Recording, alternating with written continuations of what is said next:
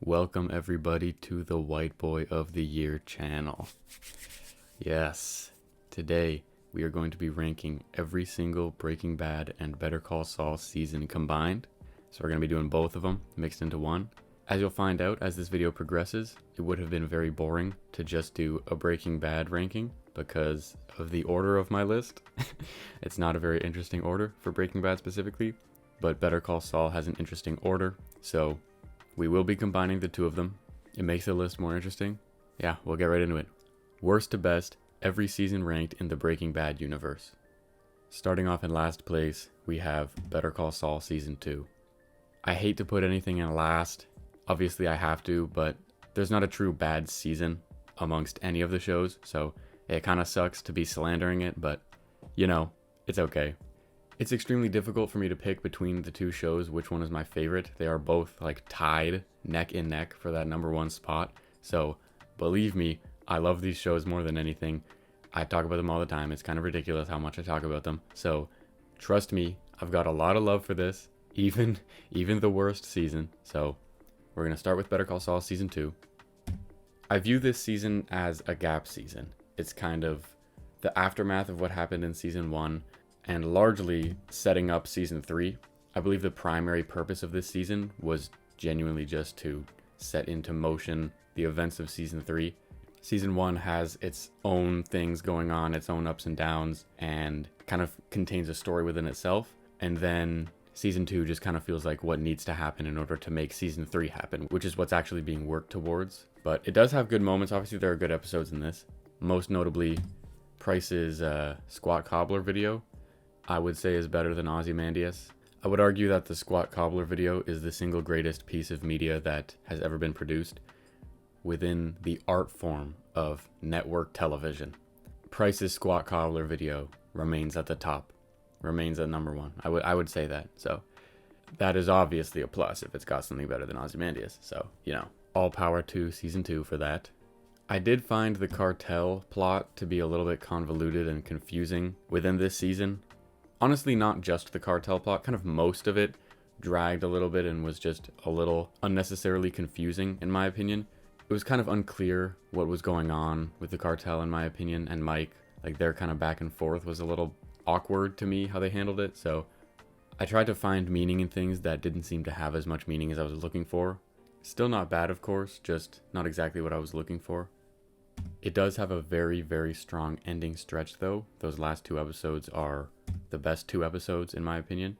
That cat and mouse game between Jimmy and Chuck I found to be very enjoyable, where there's the switching, the cover-ups, the feeling bad that Chuck hit his head, and being obligated to do the right thing, even though it's going to get him in trouble, and then, yes, getting in trouble because of the recorder, like everything kind of unfolding in that way, I do think was easily the highlight of the season.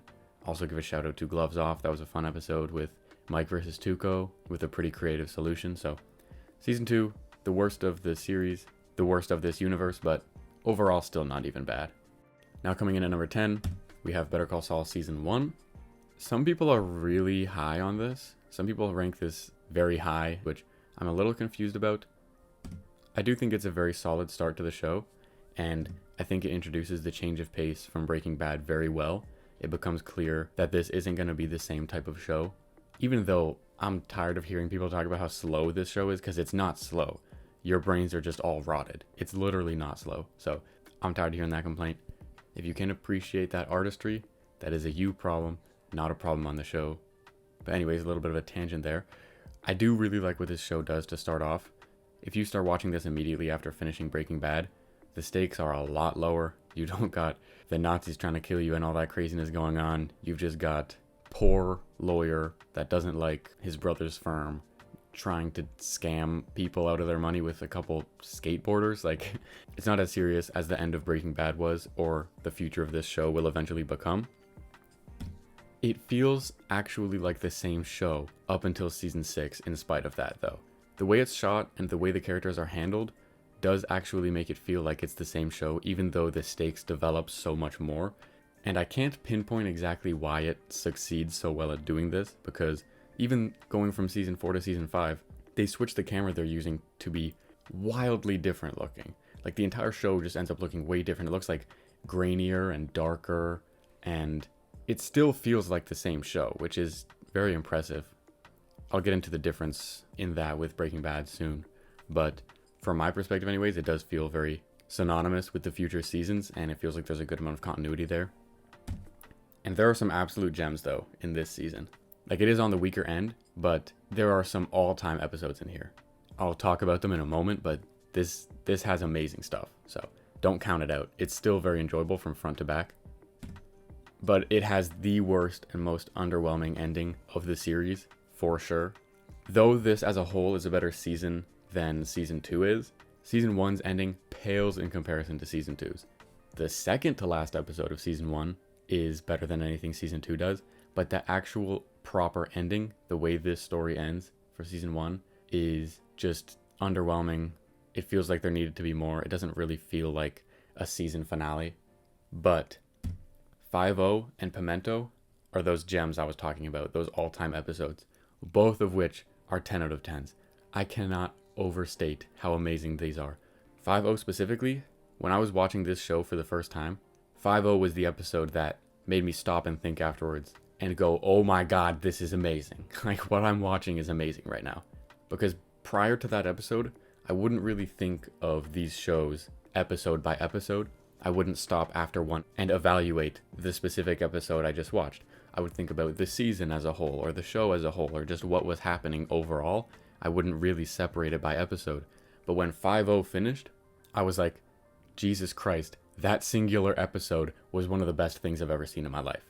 5-0 shifted my perspective on watching TV as a whole, and Pimento is one of the greatest plot twists in, like, modern TV history. It's so good. It's amazing. So, season 1 of Better Call Saul comes in at number 10.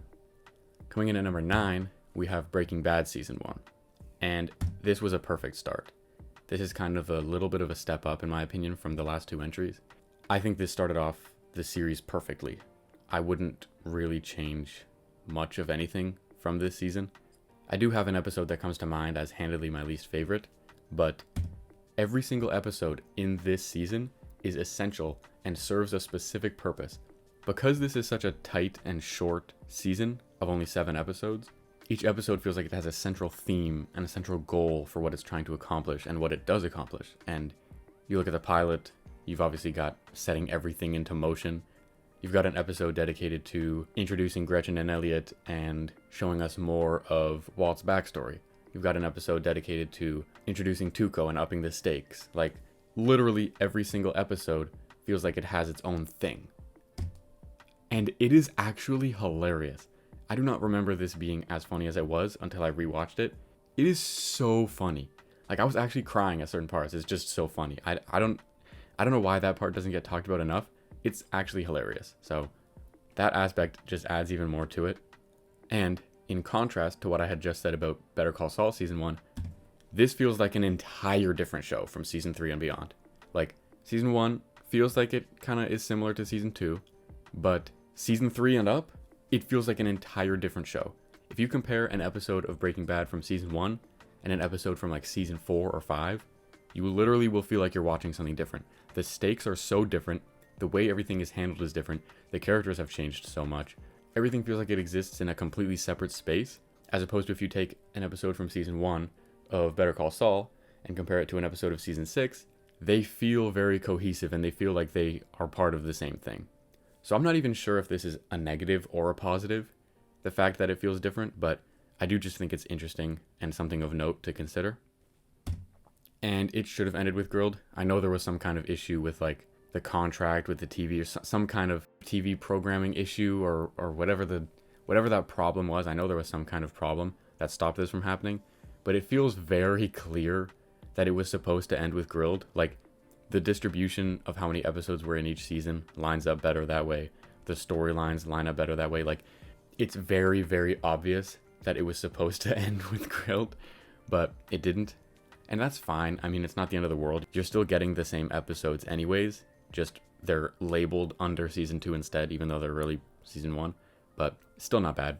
And the actual ending we do get is weak, like how it is in season 1 of Better Call Saul. It is weaker, but it is not bad, actually. The ending of season 1 in Better Call Saul I do have some pretty decent complaints with, but this one I actually don't have too many. It's just a little bit awkward, but it's actually not bad. I feel like there's enough important stuff that happens in it to where you could justify it being a backup season ending. And the best episodes of this season are Crazy Handful of Nothing and Bags in the River. You have obviously the crazy ass action sequence of him, "This is not meth," throwing it at the ground, all that, like that's awesome. And then the Crazy 8 episode is just amazing, where he has to finish him off and he's doing the pros and cons list. He figures out the play, like that is absolutely peak TV. Those are easily the two best of this season. And moving on to number 8, we have Breaking Bad Season 2. Now, on first watch, it was a genuine toss-up between if Season 1 or 2 of Breaking Bad was better. I couldn't decide between the two of them, for a couple reasons, which I will get into. Season 2 has emerged over top, but it was an actual toss-up. Now, I view this season as the season where stakes actually really start to rise, because we get introduced to Saul, we get introduced to Gus, we get introduced to Mike. Bigger deals start happening, like the end of the season. Kind of more important things start to happen, and the stakes get a lot higher. But the beginning half of the season can feel very slow because it's kind of laying the groundwork for what's to come. Other than Grilled, obviously. Grilled is incredible, fast-paced action, but it doesn't really feel like part of Season 2. So it does have that drag, which is a little bit unfortunate while it's kind of getting going, which makes it less consistent than Season 1, but it does have higher highs than Season 1. That's what I think ultimately pushes it above it. These two are very, very close to each other because I do really appreciate the consistency and episode by episode importance of Season 1. But when it comes to Season 2, it doesn't have that consistency, but bigger things happen, better episodes happen, more important things happen. I think I have to give it to Season 2. It barely gets the edge. And Jane's ending just changes everything about the show, changes everything about how you view Walter. When you're watching it and you're trying to figure out what's happening, and you see her start ODing, and you're like, oh my god, Walter's gonna save her, and then Jesse's gonna be in debt to him forever, and that's why they're gonna be good partners for the rest of the time, because he's... Uh-oh. Uh-oh. That's when it gets a little shaky. So that's a very interesting component. That blew my mind on first watch. I could not believe what was happening. It really pushes the show further because it was such a dark thing to happen, and you kind of realize what you're watching, and you realize how amazing it is. So Jane's ending is amazing. And the episode immediately following, ABQ, I did not realize how sad it was on first watch. Oh my god, it is actually heartbreaking. Like, it makes you so upset watching Jesse go through that. It is so terrible. It's so sad. So the two episodes are going to be Phoenix and ABQ, the two best episodes. Grilled was a close third, but it has to be those last two. Like, come on. They're so amazing. Now, after Season 2 is when there is a huge jump in the quality of the rest of the seasons. From here on out, the next seasons are unbelievable. All of them. They're all amazing. The first two seasons of each show feel handedly below the rest, in my opinion. With Breaking Bad, you get through the first two seasons, and then Season 3 and up are incredible. They are huge jumps. Same thing with Better Call Saul. You get past that, and they are huge jumps.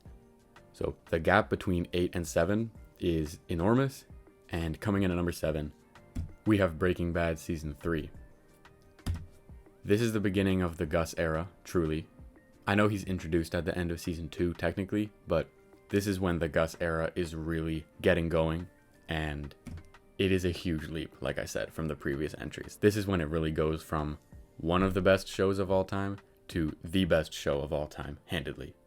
So getting into more of the reasoning, the twins were cool. They were a little bit stupid with their aura farming. That didn't make too much logical sense. Ever since I watched some of these other content creators' videos about ranking the seasons and the episodes, it's kind of been pointed out to me how stupid it is that they just kind of walk around slowly and don't actually care about getting anything done. So I can't really unsee that, but they are cool for what they are. And the showdown with Hank is one of the best episodes of the series. It's amazing. But I think where this season ultimately shines is the latter half, where they're trying to fight for their lives and figure out how to guarantee their survival. They've got to work together against Gus with making themselves irreplaceable and having to eventually do what they do to Gale. Like, it's amazing. That, I think, is where things really take a step into best show of all time territory. Fly, by the way, is a masterpiece for anyone that was wondering where I stand on Fly. Fly is unbelievably good. Like, I'm not being sarcastic here. Fly is amazing. It is the perfect bottle episode for a show like this. It tackles so many important things with the characters and their values and their views. If you have any kind of appreciation for character insight, psychology, and development, Fly is the episode for you. It's also hilarious at the same time, so I don't know what people have to complain about at all with this episode. It is incredible, so I'm tired of the slander.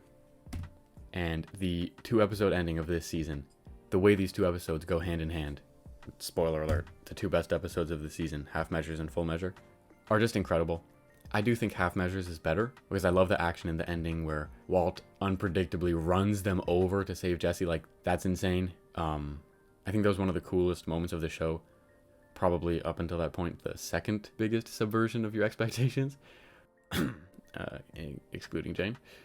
I did really want to put 1 minute in that other best episode spot from this season because it doesn't just have the showdown with the twins. It also has Jesse's monologue in the hospital, which is unbelievable. Like, some of the best acting ever there. But I do have to be realistic and actually give it to both Half Measures and Full Measure because they deserve it. They're the 2 best episodes. Now, moving on to entry number 6, we have Better Call Saul Season 4. This is what really sucks because this season is so good. Like, I can't believe I have to put it so low. It's just what happens when you have a TV universe that's this good, because if this season was in any other show, it would easily be the best thing that show's ever done. But it's only coming in at number 6 in the grand scheme of this universe, which is upsetting, but it is what it is. I find this to be the aftermath season, largely, especially when you start off right away with an episode like Smoke, where Howard comes in and he's sobbing and he's distraught and he's blaming himself.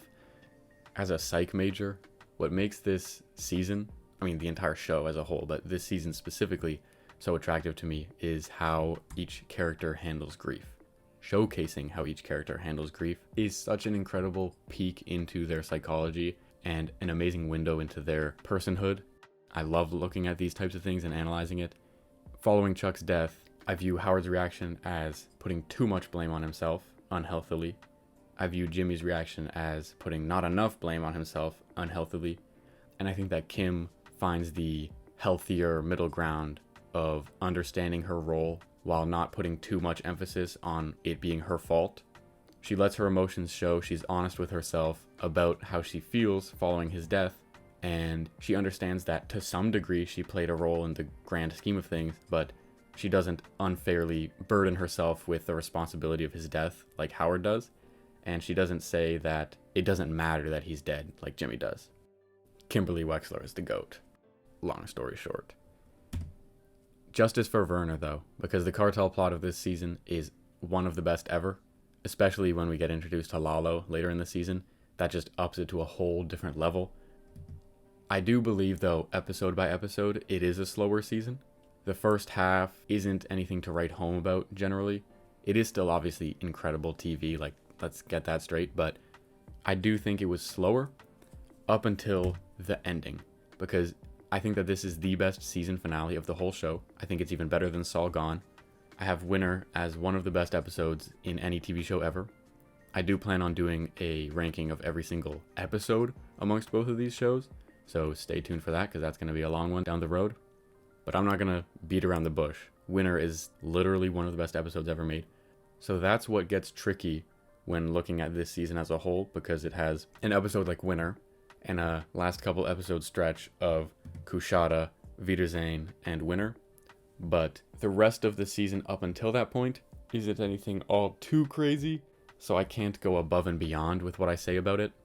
So I think it does even out to that number 6 spot where you can appreciate the achievement of what Winner is while still being fair in judging this season as a whole. So I do have season 4 taking this number 6 spot. And now coming in at number 5, we have Better Call Saul season 5. This season is a big shift in the universe.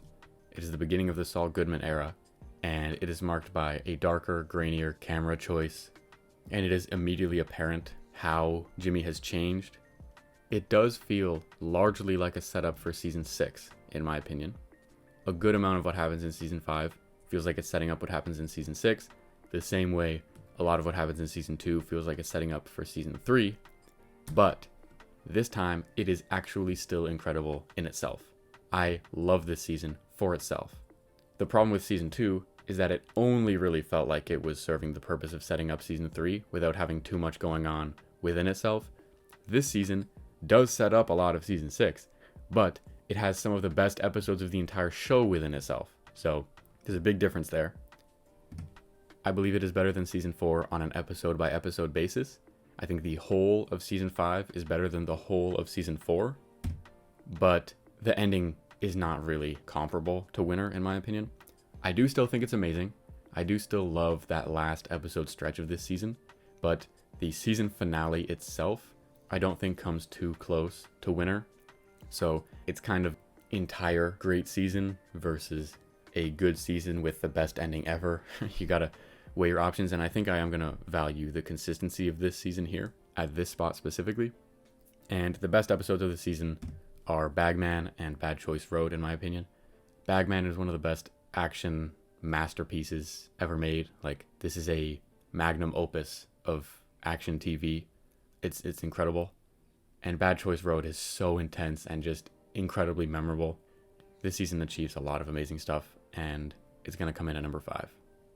Now in the number 4 spot, we have Better Call Saul Season 3. This last stretch from Breaking Bad Season 3 to Better Call Saul Season 3 within my ranking is what I'm least confident in. I feel like that's subject to change on a day-by-day basis. I feel like Better Call Saul 4 and 5 could swap. I feel like Breaking Bad 3 should be higher.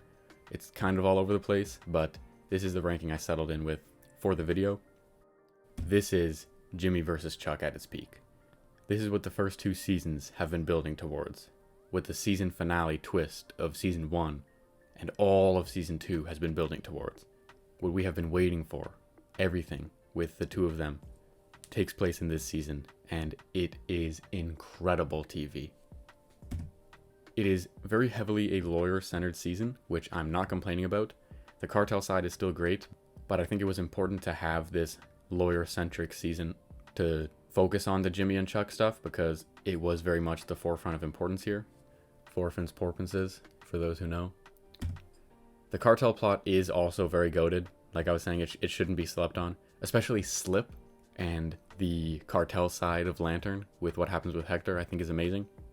One of the single most memorable sequences in any TV show I've ever watched in my life, or any form of media, is that sequence of Nacho slipping the pills into Hector's coat. That was the scariest thing I've ever had to watch.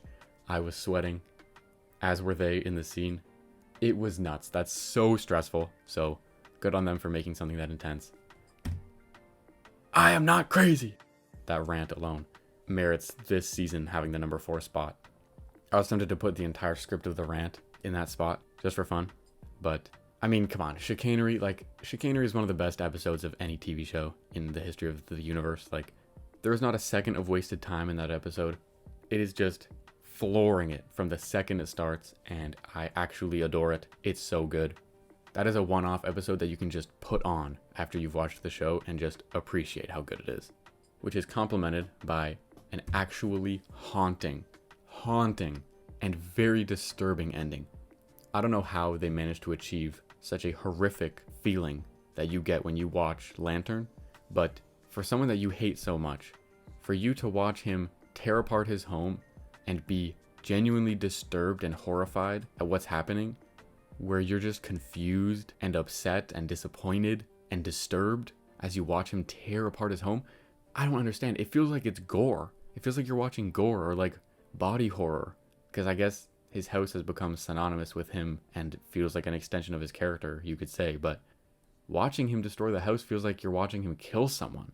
Like, it feels gruesome when he's tearing apart the walls. It's amazing. And then the look on his face when he's kicking the lantern, it is chilling, and I have grown to appreciate that episode more and more over time, especially the very end.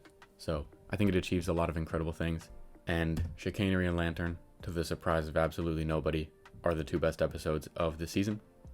Now, getting into my top 3, this is what I'm actually very confident in, and I don't think will ever change. I cannot see this top 3 really shifting no matter what happens. Like I said, up until this point, this middle ground, these ones were subject to change. The first 4 placements I was confident in. The last 3 placements I'm confident in. Getting there, the in-between stuff can shift around a little bit, but what's about to come cannot change. And coming in at number 3, we have Breaking Bad Season 4.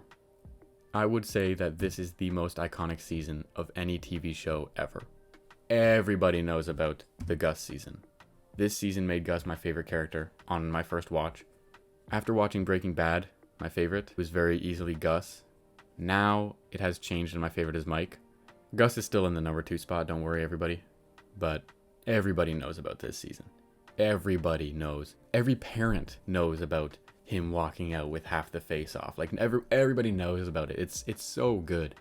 And it's not just iconic for no reason. It merits it. It's unbelievable. What happens with the focus on the themes of revenge throughout this season is so fun to watch unfold. You have Gus's triumphs with his revenge over Don Eladio. That poolside epic of an episode with Salud is just insane. A couple episodes prior, explaining more of why he has this blistering revenge in his soul towards the Salamancas and the entire cartel. It is just some of the best written TV ever. Like, it's actually amazing. And I think this is the second best 4-episode run of all time. We'll get into the best 4-episode run of all time later in this list, but this is the second best ever, with Salud into Crawl Space, into End Times, into Face Off. I mean, what more do you want? That's the best thing ever, right? Well, second best, but you know what I mean. There's not anything more to ask for. This is just a perfect season. And it is the most over-the-top ending that I love so much. Like, it's such a ridiculous ending. How he walks out with the face blown off and then he adjusts the tie before he goes down. Like, it's so stupidly over the top and I love it. Like, it's amazing. I'm so glad they let the reality of it and trying to be realistic take the back seat on that and just chose to be awesome, because that is probably the most iconic moment in this TV show, or possibly any. So I applaud them for that. And the best episodes of the season are Crawl Space and Face Off, handedly. You could make an argument for Salud, but I don't think it is ever going to get past Face Off, and Crawl Space is easily number 1 of this season. Crawl Space is monumental, and it is a masterpiece. So, we do have Breaking Bad Season 4 coming in 3rd place. Now, with only 2 seasons remaining, the final season of each respective show, one of them has to take number 2, one of them has to take number 1. In the number 2 spot, I have Better Call Saul Season 6. This was the most unpredictable season in TV history, genuinely. While watching Better Call Saul, I made my predictions for what would happen to the characters in this show that aren't in Breaking Bad. I tried to predict which characters would die and which characters would live, and every single prediction I made was wrong. Between Chuck, Howard, Kim, and Nacho, every single one of them that I thought was gonna live died, and every single one that I thought was gonna die lived. It is actually crazy. I could not believe what I was seeing in Plan and Execution. Yeah. The Better Call Saul timeline wraps up perfectly with the most devastating conclusion ever. And what was so devastating to me wasn't even what happened to Howard. It was the way things ended with Kim and Jimmy. Man, that conversation, it hurt to watch. But what really got me was the way Jimmy said, "But you make me happy." Oh, man. Bro, it actually tore me up inside. It was horrible. It was so sad. Obviously on top of what happened to Howard. For the last couple episodes stretch of the Better Call Saul timeline being Howard getting murked out of nowhere, Lalo getting murked, predictably, and them sharing a grave, for that to all happen, and then be followed up by the awful way things ended between Jimmy and Kim. It was horrible. It's just so grim, but it is perfect. It is perfect television. Like, it is incredible stuff, in spite of how actually just awful and sad it is. And the Gene timeline is imperfect. It has its imperfections, but it ends perfectly. That's what's important. The Gene timeline and the show as a whole wraps up perfectly.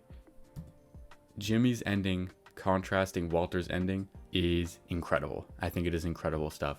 The way that they each went about things for their final conclusion in the opposite way, one of which ending in death, one of which finally ending in the truth. It's beautiful.